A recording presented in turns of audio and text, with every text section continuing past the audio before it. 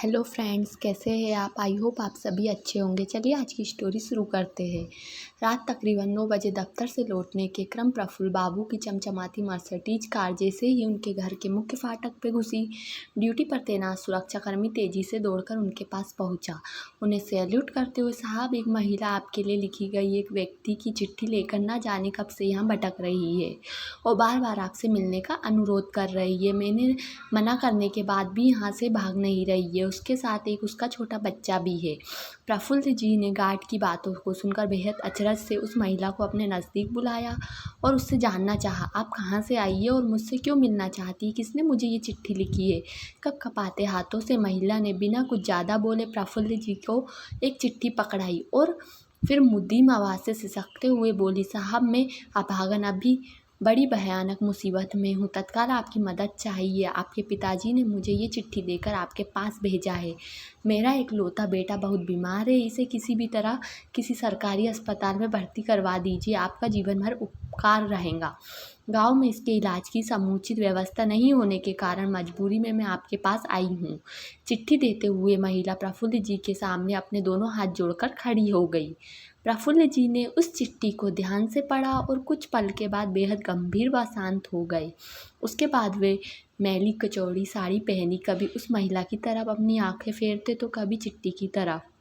कुछ देर तक बेहद गहरी चिंता में प्रफुल्ल बाबू गोताखोरी करते रहे। दरअसल उस चिट्ठी के साथ साथ वो महिला अपने गंभीर रूप से बीमार बच्चे को लेकर उनके पास इलाज हेतु मदद के लिए अपने गांव से शहर पहुंची थी।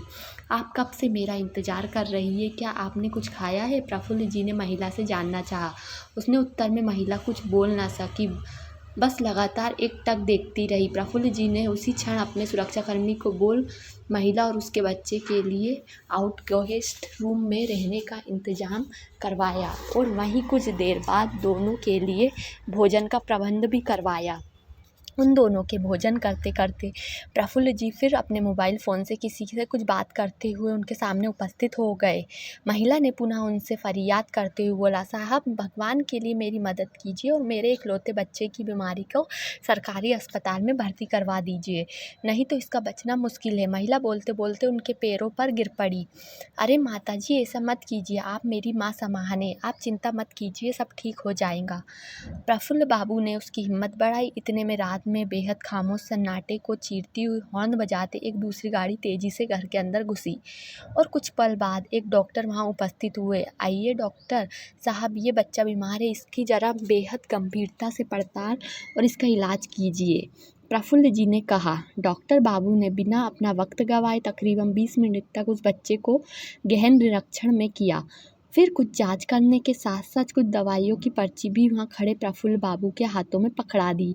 ये कुछ दवाइयाँ और इंजेक्शन मेडिकल स्टोर से तत्काल मंगा लीजिए, अभी देने हैं। मैं अपने साथ जांच के लिए इस बच्चे को रक्त नमूना लेकर जा रहा हूँ, इनकी रिपोर्ट लेकर कल फिर आऊँगा, डॉक्टर ने प्रफुल्ल बाबू से कहा और फिर वो वहाँ से निकल गए।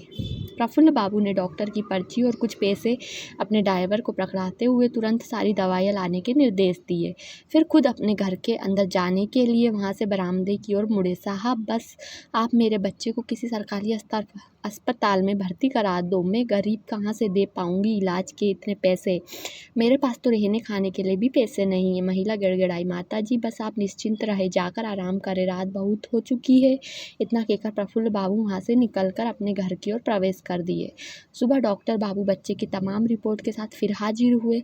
फिर उसे 1-2 इंजेक्शन तथा दवाइयाँ दी। अपने दफ्तर जाने से ठीक पहले प्रफुल्ल बाबू ने भी बीमार बच्चे के साथ उस महिला का भी अच्छी तरह से खैर मकदम लिया और सबको उन दोनों का बेहतर ख्याल रखने का निर्देश दिया। वहाँ से निकल गए। प्रफुल्ल बाबू एक निजी दूरसंचार कंपनी में बड़े ओहदे पर कार्यरत थे। डॉक्टर बाबू अब नियमित रूप से आकर उस बच्चे की जांच करते और साथ ही बेहतर ढंग से इलाज भी। प्रफुल्ल बाबू की सुबह शाम जब भी उनके समय मिलता उन दोनों को खोज खबर ले लेती। महिला जब भी उनको देखती तो रोते हुए उनके सामने हाथ जोड़कर खड़ी हो जाती।